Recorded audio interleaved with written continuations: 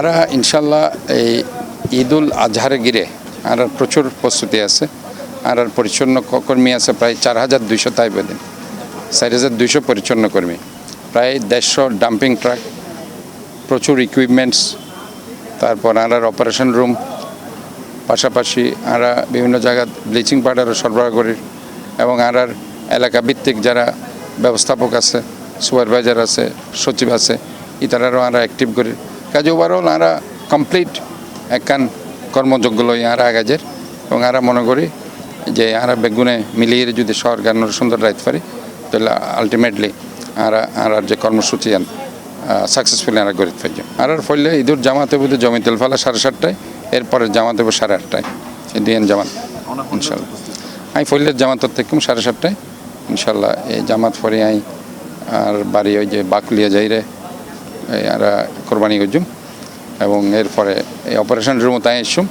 আমি তাইকুম এবং সার্বক্ষণিক এটি অবস্থা নগরবাসীরে হই ফলে ঈদুল আজহার আমি শুভেচ্ছা জানাই কারণ এই মনের আর যে পশু তৈয়ানোর আমরা কোরবানির পশু জবাই করি মহান রব্বুল আলমিনের আমরা যদি ব্লেসিংস পাইতারি তৈলি পরে আর মনোভূতর হনো দ্বন্দ্ব থাকতো না দ্বিধা থাকতো না ভেদাভেদ থাকতো না বৈষম্য থাকতো না আমরা বেগুনে মিলে একখান সুন্দর বাংলাদেশ আমরা গড়িত পাইজুম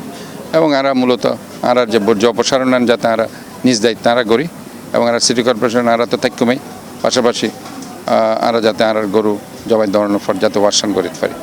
এবং আমি মনে করি যে ঈদুল আজহাত বেগুনে ভালো থাকুক সুস্থ থাকুক এবং বেগুন সর্বাঙ্গীন মানে সুস্থতা কামনা করে এবং তারা দীর্ঘায়ু কামনা করে এবং তারা যাতে এই ঈদুল আজহান ঠিকমতো করিতে পারে এবং একখানাই রিকোয়েস্ট করছি বহুত গরিব মানুষ হয়তো কোরবানি দিতে না পারিব কাজে তারা যাতে আর যে তারার যে হক আছে কারণ উগ্র গরু যাতে কোরবানি দেওয়া হয় 3 ভাগ গরম পড়িব সমান ভাগ উগ্র ইলদি নিজর আর 3 ভাগের আরেক ভাগ ইলদি আত্মীয় স্বজন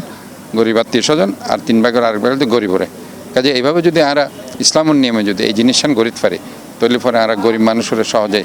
আমরা সার্বিকভাবে সহযোগিতা করতে